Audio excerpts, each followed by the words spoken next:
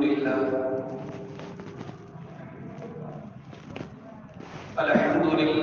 نحمده ونستعينه ونستغفره ونؤمن به ونتوكل عليه ونعوذ بالله من شرور أنفسنا ومن سيئات أعمالنا من يهده الله فلا مضل له ومن يضلله فلا هادي له ونشهد أن لا إله إلا الله وحده لا شريك له ونشهد أن سيدنا ومولانا محمدا عبده ورسوله أما بعد فأعوذ بالله من الشيطان الرجيم بسم الله الرحمن الرحيم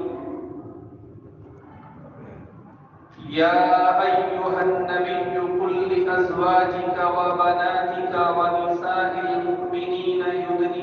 يدنين عليهن من جلابيبهن ذلك أدنى أن يعرفن فلا يؤذين وكان الله غفورا رحيما وقال يا نساء النبي لستن كأحد من النساء إن اتقيتن فلا تخضعن بالقول فيطمع الذي في قلبه مرض وقلن قولا معروفا وقرن في بيوتكن ولا تبرجن تبرج الجاهلية الأولى إلى آخر الآية وقال وقل للمؤمنين يغضوا من أبصارهم ويحفظوا فروجهم ذلك أزكى لهم إن الله خبير بما يصنعون وقل للمؤمنات يغضضن من أبصارهن ويحفظن فروجهن ولا يبدين زينتهن إلا ما ظهر منها إلى آخر الآية وقال النبي صلى الله عليه وسلم الإيمان بضع وسبعون شعبة فأفضلها قول لا إله إلا الله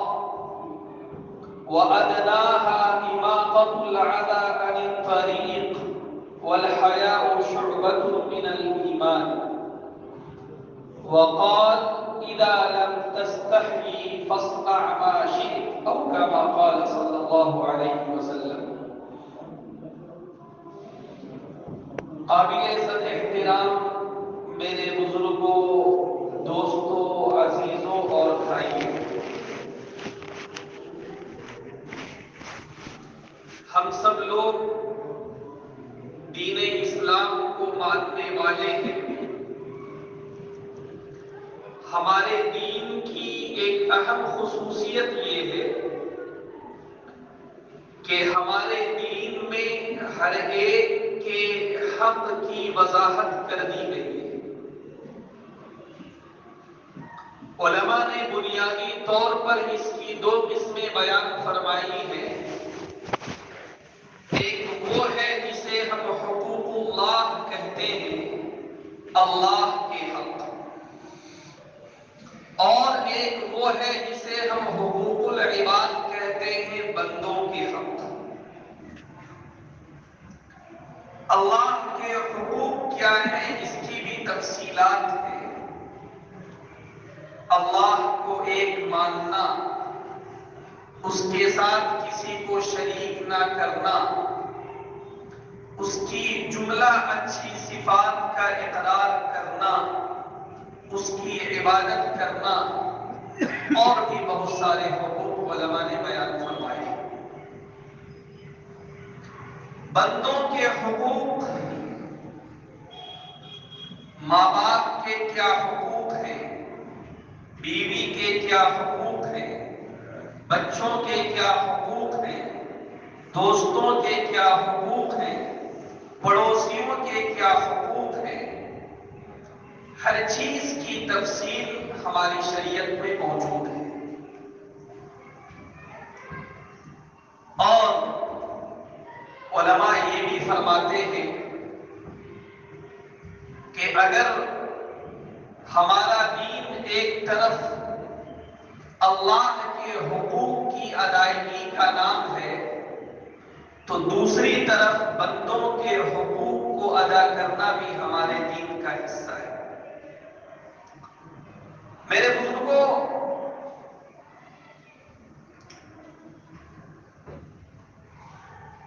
ہمارے سماج میں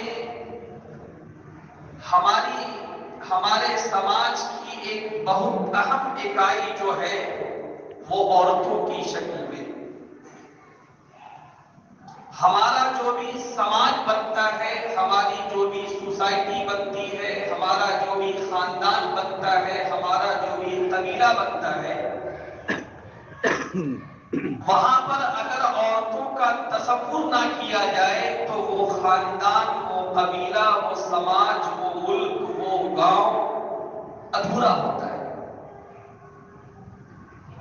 ایک سوال یہ پیدا ہوتا ہے کہ جب یہ دعویٰ کیا جاتا ہے کہ اسلام میں ہر ایک کا حق بیان کیا گیا، یہاں تک کہ وہ جانور جو کہ بولتے نہیں ہیں، جن کی زبان انسانوں کی طرح زبان نہیں ہے، ان کے بھی حقوق کو جب ہمارے دین میں بیان کیا گیا تو عورتوں سے متعلق ہمارے دین کا موقف کیا ہے؟ عورتوں سے متعلق ہمارے دین کا نظریہ کیا ہے؟ میرے بزرگوں، اسلام نے اس صنف پر، اسلام نے سماج اور سوسائٹی کی اس قسم پر اور اس جنس پر جو احسانات کیے ہیں، اس کا حقیقی اندازہ ہم اس بات سے لگا سکتے ہیں جب ہم اسلام کے آنے سے پہلے پوری دنیا میں عورتوں کے ساتھ کیا بیہیویئر کیا جاتا تھا، عورتوں کے ساتھ کیا معاملہ کیا جاتا تھا، اس کو تھوڑا سا ہم سمجھ لیں، اس کو تھوڑا ہم دیکھیں۔ آج کے زمانے میں جبکہ ہم 21ویں صدی میں جی رہے ہیں اور آج صاحب ہیومن رائٹس کی بات ہوتی ہے، وہیں پہ وومنس رائٹ کی بھی بات ہو رہی ہے، لیبرس رائٹ کی بھی بات ہو رہی ہے۔ آج کے پس منظر میں اس بات کو تھوڑا سا سمجھنا مشکل ہوتا ہے کہ اسلام نے حقیقی معنی میں عورتوں پر کس طرح کے احسانات کیے، اور اس کا صحیح اندازہ اسی وقت لگایا جا سکتا ہے جب تاریخ کے ان اوراق کو ہم پلٹیں۔ ہم نے پڑھا ہوگا، سنا ہوگا کہ اسلام کی آمد کے وقت جو دو سپر پاور طاقتیں تھیں، یا یوں کہہ لیجیے کہ دنیا میں جو دو بڑی تہذیبیں اور جو دو بگیسٹ سویلائزیشن تھی، وہاں پہ عورتوں کا حال یہ تھا۔ رومن تہذیب کے اعتبار سے عورتیں نجاست کا مجموعہ تصور کی جاتی تھی۔ پرشین تہذیب کے اعتبار سے بھی عورتوں کا کوئی مقام نہیں تھا۔ جہاں اسلام آیا ملک عرب، وہاں پہ عورتوں کے ساتھ کیا تعامل تھا ہم سیرت کی کتابوں میں پڑھتے ہیں، تاریخ کی کتابوں میں پڑھتے ہیں کہ عورتوں کی پیدائش ان کے یہاں ایک آر سمجھا جاتا تھا۔ قرآن پاک نے اس کو بڑی وضاحت کے ساتھ بیان کیا کہ وَإِذَا بُشِّرَ أَحَدُهُم بِالْأُنثىٰ ظَلَّ وَجْهُهُ مُسْوَدًّا وَهُوَ كَظِيمٌ، ان کا حال یہ تھا کہ اگر کسی کی بیوی حاملہ ہوتی تھی تو وہ اس شش و پنج میں ہوتا تھا کہ کیا معلوم ولادت کے بعد اس تک کیا حمل آئے، بیٹے کی پیدائش ہو یا بیٹی کی پیدائش ہو، اور اگر خدا نہ خواستہ اسے یہ خبر دی جاتی کہ تمہارے یہاں ایک خوبصورت بچی نے جنم لیا ہے، تو قرآن کے الفاظ یہ ہے وَإِذَا بُشِّرَ أَحَدُهُم بِالْأُنثَىٰ، جب ان میں سے کسی کو بیٹی کی پیدائش کی خوشخبری دی جاتی ظَلَّ وَجْهُهُ مُسْوَدًّا، اس کا چہرہ کالا پڑ جاتا، وَهُوَ كَظِيمٌ، اور وہ اندر سے بالکل غصے سے بھر جاتا، يَتَوَارَىٰ مِنَ الْقَوْمِ، اور وہ قوم سے، وہ سماج سے اور سوسائٹی سے اپنا چہرہ چھپاتا پھرتا تھا، گویا کہ اس نے کوئی بہت بڑا جرم کر لیا ہو، اس نے کوئی بہت بڑا گناہ کر لیا ہو۔ یہ حالت تھی۔ عورتوں کا وراثت میں کوئی حصہ نہیں تھا، عورتوں کی حیثیت ایک سامان کی ہوتی تھی۔ یہاں تک بات لکھی ہے کہ اگر باپ سوتیلی ماں کو چھوڑتا، اپنی ماں نہیں سوتیلی ماں کو چھوڑتا، تو سوتیلے بیٹے اپنی سوتیلی ماں سے نکاح کر لیتے تھے، گویا کہ اس عورت کی حیثیت ایک سامان کی سی تھی جو باپ کی طرف سے بیٹے کی ملکیت میں منتقل ہوتی تھی، اور جس طرح دیگر سامانوں سے وہ فائدہ اٹھاتا تھا اسی طرح اپنی سوتیلی ماں سے بھی وہ فائدہ اٹھاتا تھا۔ یہ صورتحال تھی۔ آپ تھوڑا اس ملک کی تاریخ کے اوراق کو کھنگالیے، یہ ہے وہ اسلام کے احسانات جو آج کے وقت میں محسوس نہیں ہو سکتے۔ آج دنیا بات کرتی ہے ہیومن رائٹ کی، آج دنیا بات کرتی ہے وومنس رائٹ کی، آج دنیا بات کرتی ہے چائلڈس رائٹ کی، لیکن دنیا سے کوئی پوچھے کہ تمہیں یہ سمجھ کس نے دیا، تمہیں یہ سرا کس نے دیا، تمہارے ذہن میں یہ فکرہ کہاں سے آیا، تمہارے ذہن میں یہ تھنکنگ کہاں سے آئی، اگر انصاف کے ساتھ غور کیا جائے گا تو ضرور کہیں نہ کہیں پر اسلام کا احسان نظر آئے گا۔ ہندوستان کے ماحول میں ایک عورت جب حیض کے ایام سے گزر رہی ہوتی تھی، جو ایک نیچرل چیز ہے، فطری چیز ہے، عورتوں کے ساتھ یہ بات ہونی ہی ہے، لیکن یہاں ان کے ساتھ جو معاملہ کیا جاتا تھا وہ یہ کہ اگر وہ اس مرحلے سے گزر رہی ہے، اس کا کمرہ الگ کر دیا جاتا، اس کے برتن الگ کر دیے جاتے، اس کو اچھوت بنا دیا جاتا۔ اگر کسی عورت کے شوہر کا انتقال ہو گیا تو جب شوہر کو جلایا جاتا تو اس کے ساتھ اس عورت کی بھی ستی کر دی جاتی، یعنی اس کو زندہ جلا دیا جاتا۔ یہ ہندوستان کی تاریخ ہے، میں کوئی کہانی اور قصہ نہیں بیان کر رہا، بلکہ یہ تاریخی حقائق ہے۔ ہر طرح کی کتابوں میں آپ کو اس طرح کی بات مل جائے گی۔ ستی کی پرتھا یہ یہاں کی تہذیب کا ایک حصہ تھا۔ مختصر یہ کہ آپ اسلام کی آمد سے پہلے دنیا میں جدھر بھی آپ نظر دوڑائیں گے تو آپ کو یہ عورت جسے صنف نازک کہا جاتا ہے، آپ کو یہ نظر آئے گا کہ وہ بڑی دبی کچلی اور مظلومیت کی زندگی گزار رہی تھی۔ لیکن اسلام کی جب آمد ہوئی، اسلام نے سماج میں اور سوسائٹی میں اور معاشرے میں عورتوں کا مقام بلند کیا۔ اسلام نے یہ تصور دیا کہ اگر کوئی عورت ماں ہے تو اس کے حقوق ہیں، اگر کوئی عورت بیوی ہے تو اس کے حقوق ہیں، اگر کوئی عورت بہن ہے تو اس کے حقوق ہیں، اگر کوئی عورت بیوی ہے تو اس کے حقوق ہیں۔ اور بھی جو شکلیں ہو سکتی ہیں، خالہ کی شکل میں، پھوپھی کی شکل میں، چاچی کی شکل میں، جس شکل میں بھی عورت ہو اس کے حقوق اسلام نے متعین کیے۔ اگر عورت کہیں ماں کا کردار نبھا رہی ہے، کہا گیا بیٹوں سے، بچیوں سے کہ دیکھو ہلکے میں مت لینا، الجنت تحت اقدام الامہات،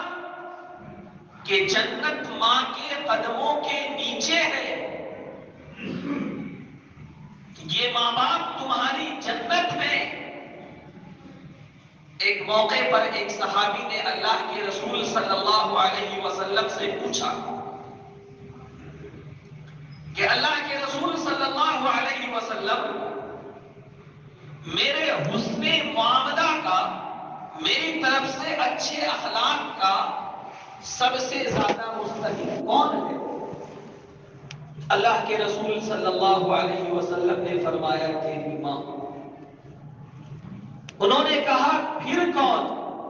اللہ کے رسول نے فرمایا تیری ماں۔ انہوں نے کہا پھر کون؟ اللہ کے رسول صلی اللہ علیہ وسلم نے فرمایا تیری ماں۔ اس کے بعد چوتھی مرتبہ میں جب انہوں نے کہا کہ اس کے بعد کون، تو کہا کہ تیرا باپ۔ تمہاری طرف سے حسن سلوک کا سب سے زیادہ مستحق تمہاری والدہ۔ علماء نے بڑا عجیب نکتہ بیان کیا ہے کہ یہ جو اللہ کے رسول صلی اللہ علیہ وسلم نے 3 مرتبہ بچوں سے فرمایا، اس صحابی کو گویا کہ جواب دیتے ہوئے کہ اپنے حسن سلوک کا سب سے زیادہ مستحق ماں کو سمجھو، اور 3 مرتبہ اللہ کے رسول نے فرمایا، وجہ اس کی یہ ہے کہ 3 مرحلے ایسے ہوتے ہیں، بڑے سخت مرحلے ہوتے ہیں۔ ایک مرحلہ وہ ہوتا ہے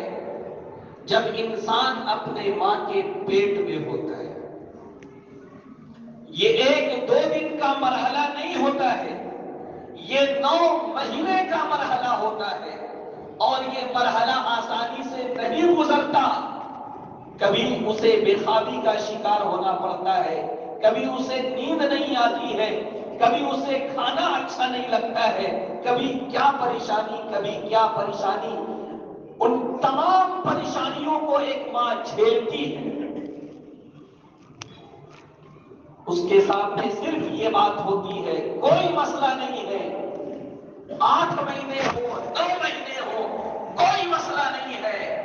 جب ایک چاند سا چہرہ میرے سامنے آئے گا، میری ساری تکلیفیں دور ہو جائیں گی۔ ایک حمل کا مرحلہ، اس کے بعد ولادت کے وقت ماں کو جو پریشانی ہوتی ہے، لوگوں نے لکھا ہے کہ اگر کوئی انسان زندگی بھر اپنے ماں کی خدمت کرے، پلک جھپکتے ہوئے بھی اس کی نافرمانی نہ کرے، تو وہ یہ یاد رکھے کہ ولادت کے وقت اس کی جو چیخ نکلی تھی، اس نے اس چیخ کا بھی بدلہ ادا نہیں کیا۔ اس کے بعد رضاعت کا جو مرحلہ ہوتا ہے، دودھ پلانے کا جو مرحلہ ہوتا ہے، وہ بھی آسان نہیں ہوتا ہے۔ ایک ماں اپنے بچے کو دودھ نہیں، اپنا خون پلاتی ہے۔ بہرحال میں عرض یہ کر رہا تھا کہ اگر مسلم سوسائٹی اور سماج میں کسی کو ماں کا درجہ ملا ہے، تو ہماری شریعت نے ہماری شریعت نے ماں کی شکل میں اس کے جو حقوق ہیں اس کو متعین کر دیا۔ اگر کوئی عورت بیوی کا کردار نبھا رہی ہے، کوئی عورت کسی کی بیوی بن رہی ہے، بیوی کے بھی حقوق ہیں، بڑی تفصیلات ہیں اس میں، کیا بات ہے۔ قرآن کی آیت ہے وَعَاشِرُوهُنَّ بِالْمَعْرُوفِ، کہ دیکھو یہ جو ایک عورت کو تمہارے ماتحت کیا گیا ہے، اس کو یاد رکھنا، یہ تمہاری غلام نہیں ہے، یہ اللہ کے حکم کی وجہ سے تمہاری ماتحتی میں ہے، اور اس کے ساتھ ہمیشہ بہتر معاملہ کرنا۔ وَعَاشِرُوهُنَّ بِالْمَعْرُوفِ، ان کے ساتھ جو معاشرت ہونی چاہیے، ان کے ساتھ جو زندگی گزاری جائے، ان کے ساتھ جو معاملہ کیا جائے وہ بہتر معاملہ کیا جائے۔ فَإِن كَرِهْتُمُوهُنَّ فَعَسَىٰ أَن تَكْرَهُوا شَيْئًا وَيَجْعَلَ اللَّهُ فِيهِ خَيْرًا كَثِيرًا۔ عورتوں کا نیچر بھی حدیث میں بیان کیا گیا ہے کہ عورتوں کی پیدائش جو ہے ٹیڑھی پستی سے ہوئی، تو تھوڑا سا ٹیڑھا پن جو ہے عورتوں میں ہوتا ہے، تھوڑا سا ٹیڑھا پن عورتوں میں ہوتا ہے۔ اللہ کے رسول صلی اللہ علیہ وسلم نے فرمایا کہ بہت زیادہ اس کو سیدھا کرنے کے چکر میں رہو گے وہ ہڈی ٹوٹ جائے گی، اس سے فائدہ اٹھانا ہے، اس کے ٹیڑھے پن کے ساتھ اس سے فائدہ اٹھانا۔ اور اگر کوئی ایک بات اس کی ناگوار ہو تو اس کی وجہ سے خدا را کوئی بڑا فیصلہ مت کرنا، اس کے اندر بہت ساری ایسی باتیں ہوں گی جو تمہاری راحت کا، جو تمہارے سکون کا، جو تمہارے اطمینان کا سبب بنتی ہوگی۔ کوئی ایک آدھ چھوٹی سی بات کو اتنا بڑا ایشو نہیں بنا لینا کہ اس کی وجہ سے تم کوئی بڑا فیصلہ کر بیٹھو۔ بہرحال میں عرض کرنا یہ چاہ رہا ہوں کہ اگر کوئی بیوی کا کردار نبھا رہی ہے، ہماری شریعت نے بیوی کے اعتبار سے بھی اس کے حقوق بیان کیے۔ اگر کوئی عورت بہن کا کردار نبھا رہی ہے، بھائی کی ذمہ داری ہے کہ وہ اپنے بہن کی حفاظت کرے، اور خصوصی طور پر اس وقت جب مثال کے طور پر والد کا انتقال ہو جائے، کوئی بہنوں کی دیکھ ریکھ کرنے والا نہ ہو، تو ایسا نہ ہو کہ وہ بہنیں بے آسرا ہو جائیں، بلکہ والد کے انتقال کے بعد بھائیوں کی شکل میں اسے ایک سہارا ملنا چاہیے۔ بہنوں کی شکل میں ہماری شریعت میں ہو۔ اگر کوئی بیٹی ہے تو بیٹی کی شکل میں بھی حقوق بیان کیے گئے۔ میں نے عرض کیا کہ بیٹیوں کی پیدائش اس زمانے جاہلیت میں بھی، اور اللہ معاف کرے آج کے زمانے میں بھی کسی نہ کسی درجے میں یہ جاہلیت باقی ہے،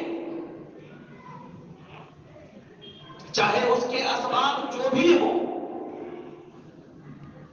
لیکن یہ یاد رکھا جائے کہ اللہ کے رسول صلی اللہ علیہ وسلم اپنی بیٹی حضرت فاطمہ رضی اللہ عنہا کے تعلق سے فرمایا کرتے تھے کہ لوگوں دیکھو، فاطمہ کے تعلق سے مجھے تکلیف نہ دینا، فاطمہ میرے جگر کا ٹکڑا ہے، فاطمہ میرے دل کا ٹکڑا ہے۔ فاطمہ تو بضعۃ منی، فاطمہ میرے جگر کا ٹکڑا ہے، جس نے اس سے محبت کی اس نے مجھ سے محبت کی، جس نے اس سے بغض رکھا اس نے مجھ سے بغض رکھا۔ بیٹی کو محبت کر کے اور بیٹی کو اتنا بڑا مقام عطا کر کے اللہ کے رسول نے اپنے امتیوں کو اور انسانیت کو پیغام دیا کہ لوگوں، بیٹی کی پیدائش کوئی آر والی بات نہیں ہے، بیٹی کوئی ایسی چیز نہیں ہے کہ اس سے نفرت کیا جائے۔ اگر بیٹا اس کی وجہ سے تمہاری عزت میں اگر 4 چاند لگتا ہے تو بیٹی بھی تمہارے وقار کو بڑھانے والی ہے۔ اور اگر کوئی صاحب ایمان ہے تو اسے یہ بات یاد رکھنا چاہیے، اللہ کے رسول صلی اللہ علیہ وسلم نے ایک موقع پر فرمایا تھا، من عال جاریتین حتی تبلغا جاء یوم القیامت وہو وضم اصابعہ۔ اللہ کے رسول صلی اللہ علیہ وسلم نے فرمایا کہ لوگوں یاد رکھو، اگر کسی کو اللہ نے 2 بیٹیاں عطا کی، اس سے زیادہ اگر کسی کو بیٹی ملی ہے کیا بات ہے، لیکن اگر کسی کو 2 بیٹیاں ملی اور اس نے ان بیٹیوں کی بڑی اچھی پرورش کی، اپنی استطاعت پر ان کی ضروریات کا خیال رکھا، ان کی تعلیم اور تربیت کا انتظام کیا، اور جب شادی کی عمر کو وہ پہنچی تو مناسب انداز سے ان کی شادی کر دی، فرمایا کہ بچی کی پرورش کرنے والا اور اسے پیار اور محبت سے پالنے والا وہ اتنا بڑا مقام رکھتا ہے کہ کل قیامت کے دن ایسا شخص محمد عربی صلی اللہ علیہ وسلم کے اتنے قریب ہوگا جس طرح یہ انگلیاں ایک دوسرے سے قریب ہوتی۔ ایک صحابی نے بڑی محبت سے پوچھا، اللہ کے رسول، اگر کسی کی ایک بیٹی ہو تو اس کا کیا؟ اللہ کے رسول صلی اللہ علیہ وسلم نے فرمایا کہ اگر کسی کی ایک بیٹی ہو اور وہ اس کے حقوق کا خیال رکھے، وہ اس کی تعلیم اور تربیت کرے، وہ محبت کے ساتھ اسے پالے، تو اس کی بھی یہی فضیلت ہے۔ تو میرے بزرگوں، اسلام نے ماں کی شکل میں، اسلام نے بہن کی شکل میں، اسلام نے بیوی کی شکل میں، اسلام نے بیٹی کی شکل میں جو حقوق بیان کیے ہیں، یہ دراصل اس بات کے لیے کہ عورتیں ہمارے سماج کا ایک حصہ ہے، ہماری سوسائٹی کا ایک حصہ ہے، اور وہ جہاں بھی رہے پورے رسپیکٹ کے ساتھ رہے، پورے احترام کے ساتھ رہے اور پوری محبت کے ساتھ رہے۔ یہ ہے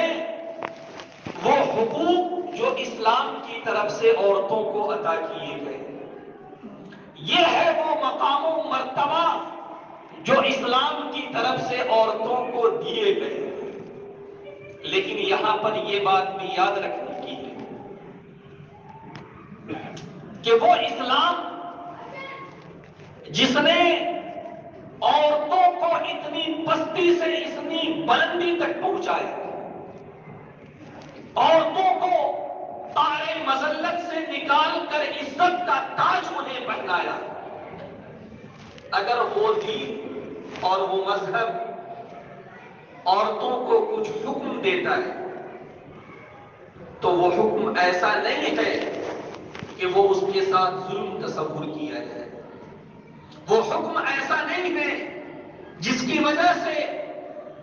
گویا کہ اس کی ترقی اور کامیابی میں کوئی رکاوٹ پیدا ہو رہی ہو، یقیناً وہ حکم بھی ایسا ہی ہے جس سے اس کی عزت اور اس کے وقار میں اضافہ ہوگا۔ میرے بزرگوں، ایک بات یاد رکھی جائے کہ اسلامی سماج اور اسلامی سوسائٹی میں عورتوں کے تعلق سے جو تصور بنایا گیا ہے وہ یہ ہے کہ عورتیں وہ بازار میں پھرنے والی چیز نہیں، عورتیں وہ ہر وقت سڑکوں میں دکھنے والی چیز نہیں ہے، بلکہ عورتوں کا جو اصل مقام ہے، عورتوں کی جو اصل جگہ ہے وہ اس کا گھر ہے، اور عورت کی عزت اور عورت کی عصمت کی ہر طرح سے حفاظت کا اسلام نے انتظام کیا ہے۔ آپ تھوڑا سا غور فرمائیں اسلامی احکامات پر۔ میں 1-2 مثالیں آپ کے سامنے رکھتا ہوں۔ آپ لوگوں نے پڑھا ہوگا اور سنا بھی ہوگا علماء کرام سے کہ یہ حکم ہے کہ جب کوئی انسان کسی کے گھر میں جائے تو اچانک داخل نہ ہو، بلکہ حکم یہ ہے کہ اجازت لے، ایک مرتبہ اجازت لے، کوئی آواز نہ آئے دوسری مرتبہ اجازت لے، کوئی آواز نہ آئے تیسری مرتبہ اجازت لے، اور جب تیسری مرتبہ بھی کوئی آواز نہ آئے تو حکم یہ ہے کہ گھر سے لوٹ جائے۔ اسے ہم عربی زبان میں استئذان کہتے ہیں، اجازت لینا۔ جب بھی ہم کسی اجنبی کے گھر جائیں، کسی دوسرے کے گھر جائیں، تو کسی دوسرے کے گھر جانے کے آداب یہ ہے کہ اچانک کسی کے گھر میں داخل نہ ہوا جائے، بلکہ پہلے اجازت لے لی جائے، ایک مرتبہ اجازت لی جائے، دو مرتبہ اجازت لی جائے، تین مرتبہ اجازت لی جائے، تیسری مرتبہ بھی اجازت اگر نہ ملے تو واپس آیا جائے، اس کے گھر میں داخل ہونے کی اجازت نہیں۔ ایک موقع پر اللہ کے رسول صلی اللہ علیہ وسلم کا گزر ایک صحابی کے گھر سے ہو رہا تھا۔ اللہ کے رسول صلی اللہ علیہ وسلم نے سوچا کہ صحابی کا گھر ہے، چلو ملاقات کرتے چلے۔ اللہ کے رسول صلی اللہ علیہ وسلم نے ایک مرتبہ آواز لگائی، السلام علیکم ورحمۃ اللہ، کوئی جواب نہیں آیا۔ اللہ کے رسول صلی اللہ علیہ وسلم نے دوسری مرتبہ آواز لگائی، السلام علیکم ورحمۃ اللہ، کوئی جواب نہیں آیا۔ اللہ کے رسول صلی اللہ علیہ وسلم نے تیسری مرتبہ آواز لگائی، السلام علیکم ورحمۃ اللہ، کوئی جواب نہیں آیا۔ اللہ کے رسول واپس جانے لگے اور صحابی اندر سن رہے۔ صحابی کو جب یہ لگا کہ اللہ کے رسول واپس جا رہے ہیں، انہوں نے دروازہ کھولا اور تیزی سے اللہ کے رسول کے پیچھے دوڑے، کہا اللہ کے رسول آپ کہاں تشریف لے جا رہے ہیں؟ اللہ کے رسول نے فرمایا کہ میں نے 3 مرتبہ آواز لگائی، تمہاری طرف سے کوئی جواب نہیں آیا تو میں جا رہا ہوں۔ صحابی کا جواب سنیے، کہا کہ اللہ کے رسول جب آپ السلام علیکم ورحمۃ اللہ کہہ رہے تھے میں سن رہا تھا، لیکن میری چاہت یہ تھی کہ نبی کی طرف سے سلام کی دعا دی جا رہی ہے، وہ دعا ہمیں ملتی رہے۔ آپ نے ایک مرتبہ دعا دی، میں نے چاہا کہ دوبارہ بھی وہ دعا ملے۔ آپ نے 2 مرتبہ دعا دی، میں نے چاہا تیسری مرتبہ بھی وہ دعا ملے، اس وجہ سے میں جواب نہیں دے رہا تھا۔ وہ تو صحابہ کا ایک عجیب و غریب جذبہ، لیکن میں عرض کرنا یہ چاہ رہا ہوں کہ یہ جو اجازت کے آداب اسلام نے بتائے ہیں، یہ جو اجازت کی ترتیب اسلام نے بتائی ہے، یہ کیوں؟ یہ اس وجہ سے کہ کہیں ایسا نہ ہو کہ ہم کسی کے گھر میں داخل ہو جائیں اور اچانک ان کے گھر کی عورتوں پر ہماری نظر پڑ جائے۔ عورتوں کو غلط نظر سے بچانے کے لیے، عورتوں کو اجنبی نظر سے بچانے کے لیے، عورتوں کو بری نگاہ سے بچانے کے لیے یہ کہا گیا کہ اجازت طلب کر کے جو ہے کسی کے گھر میں داخل ہوا جائے۔ قرآن کی آیت ہے کہ مان کے چلیے اگر کوئی ایسا گھر ہے جس میں لوگ نہ رہتے ہوں، جس میں سامان رہتا ہو جو اسٹور روم کے طور پر استعمال کیا جاتا ہو، ویسے گھر میں اگر کوئی جا رہا ہے تو وہاں پہ اجازت لینے کی ضرورت نہیں، کیونکہ وہاں پہ سامان ہے، وہاں پہ لوگ نہیں ہیں۔ تو اجازت کے پیچھے کا جو فلسفہ ہے، اجازت کے پیچھے کی جو حکمت ہے، وہ دراصل یہی ہے کہ کسی اجنبی مرد کی نگاہ باپردہ خواتین پر نہ پڑ جائے۔ اور بڑی عجیب بات اللہ کے رسول صلی اللہ علیہ وسلم نے فرمائی کہ اگر کسی شخص نے اپنے گھر کی عورتوں کو باپردہ رکھنے کے لیے گھر میں دروازہ لگا دیا ہو، گھر میں پردہ ٹانگ دیا ہو، ہوتا ہے آج کے زمانے میں دروازہ بھی ہے، پردہ بھی ہے. پرانے زمانے کی بات تھی، غربت کا عالم تھا، دروازہ ہے تو پردہ نہیں ہے، پردہ ہے تو دروازہ نہیں ہے. یا بسا اوقات پردہ ہی دروازے کی جگہ بھی استعمال ہوتا تھا. اللہ کے رسول صلی اللہ علیہ وسلم نے ایک موقع پر فرمایا کہ اگر کسی نے اپنے گھر کی عورتوں کی حفاظت کے لیے اپنے گھر میں دروازہ یا پردہ لگا دیا، لیکن ہوا کی وجہ سے اگر کوئی پردہ اڑ جائے یا پھر کسی وجہ سے دروازے میں اگر سوراخ رہ جائے اور کوئی بدتمیز اور بدمزاج آدمی اس دروازے سے اگر گھر کی عورتوں کو دیکھنے کی کوشش کرے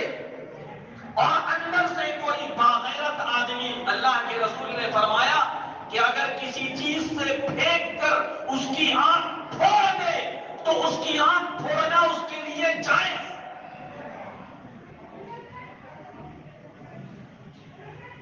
اس کا کوئی گناہ اس کے اوپر نہیں، اس وجہ سے کہ اس نے اپنے گھر کی عورتوں کو اجنبی نگاہ سے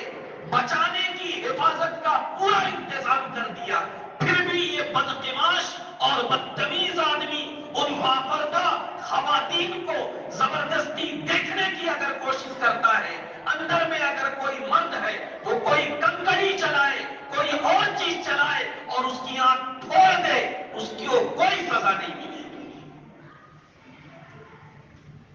یہ کیا ہے؟ یہ عورتوں کو بری نگاہ سے بچانے کا ایک انتظام ہے. ہمارے یہاں عورتوں کا ایک مقام ہے. ہمارے یہاں عورتیں قیمتی شے ہیں. مجھے کوئی بتائے کہ دنیا کا فلسفہ کیا کہتا ہے؟ کیا ہیرے کو اسی طرح بازار میں پھینک دیا جائے؟ کیا کسی کے پاس سونے کا بسکٹ ہو، سونے کا زیور ہو، وہ اپنے اسے برآمدے میں اسے رکھ دیں؟ نہیں. دنیا کا فلسفہ بھی یہی ہے کہ کسی کو اگر چھوٹا سا ہیرا مل جائے، کسی کو اگر جواہرات مل جائے، کسی کو اگر زیور مل جائے تو وہ اس کی حفاظت کے لاکھوں انتظام کرتا ہے. ہمارے سماج اور ہماری سوسائٹی میں بھی عورتوں کا یہی مقام ہے. وہ ایک قیمتی شے ہے اور ان کے تعلق سے حکم دیا گیا کہ وہ خود بھی اپنے آپ کو چھپا کر رکھے اور جن مردوں کی نگرانی میں وہ عورتیں ہیں ان کو بھی حکم دیا گیا کہ وہ اپنے گھر کی عورتوں کو پردہ کرائیں.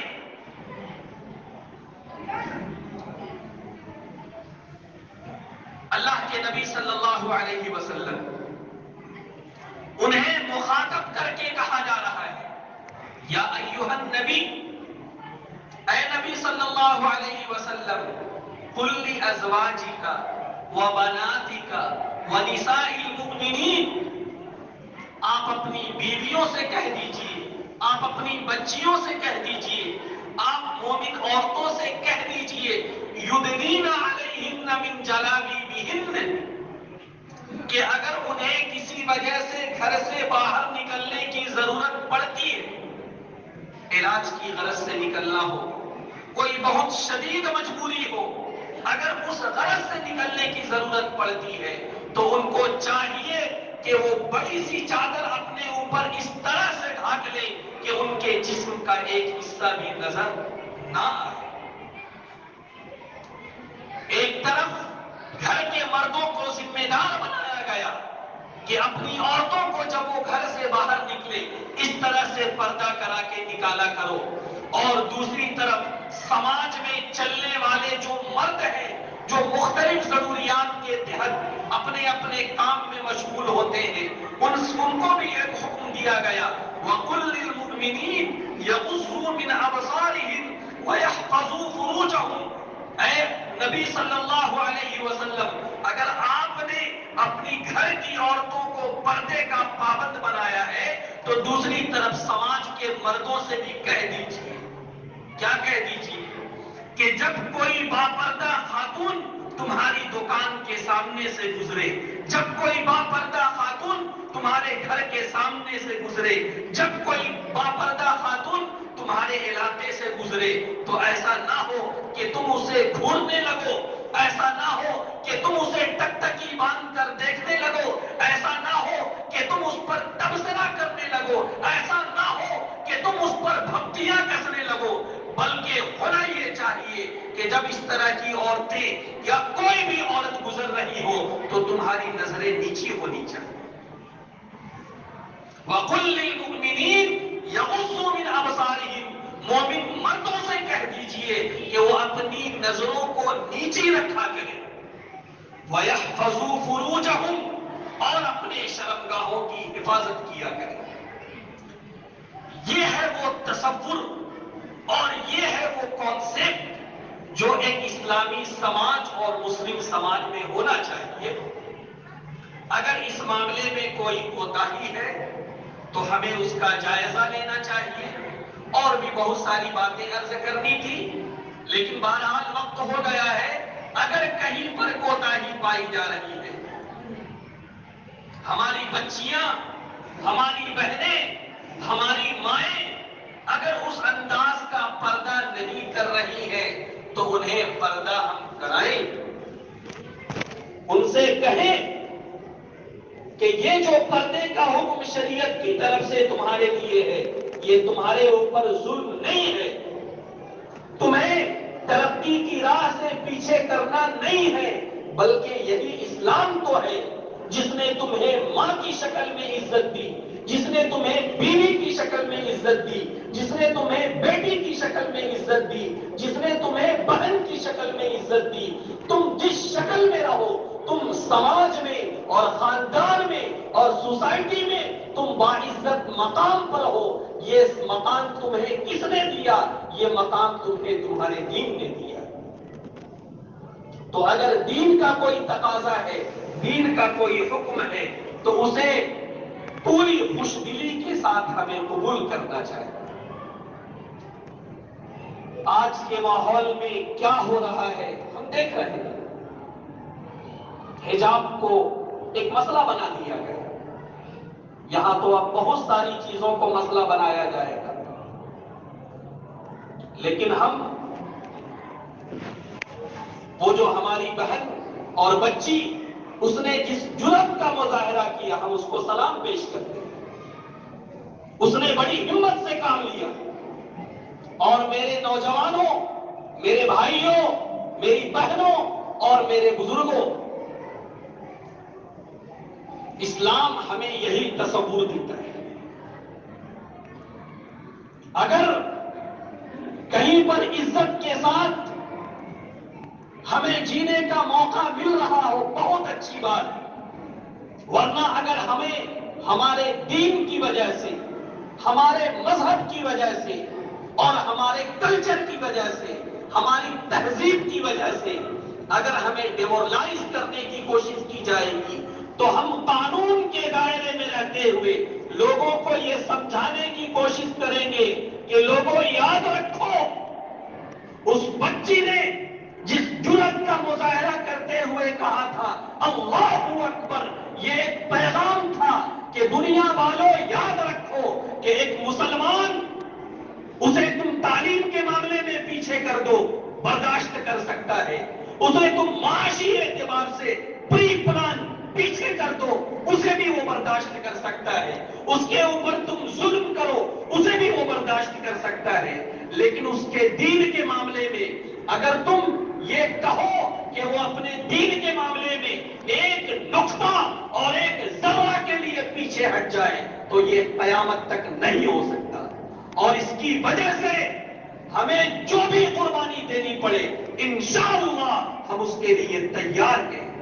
لیکن میرے بزرگوں، سب سے بڑی قربانی اگر آج کے ماحول میں ہے تو وہ یہی ہے، ایسا نہ ہو جذبات میں آ کے ہم کوئی غلط قدم اٹھا لیں۔ اس بچی نے جرأت کا مظاہرہ کیا ہے اور ہمیں پیغام دیا ہے،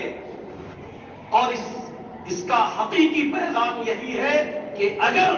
پردے کے معاملے میں ہمارے گھر میں کوتاہی ہو رہی ہے ہمارے سماج میں کوتاہی ہو رہی ہے، ہماری سوسائٹی میں کوتاہی ہو رہی ہے، تو اس کوتاہی کو ہم دور کریں اور اپنی بچیوں کو باپردہ رکھنے کی ہم کوشش کریں۔ اللہ سے دعا کریں کہ اللہ ہمیں ان باتوں پر عمل کی توفیق سے نوازے۔ آمین۔ وآخر دعوانا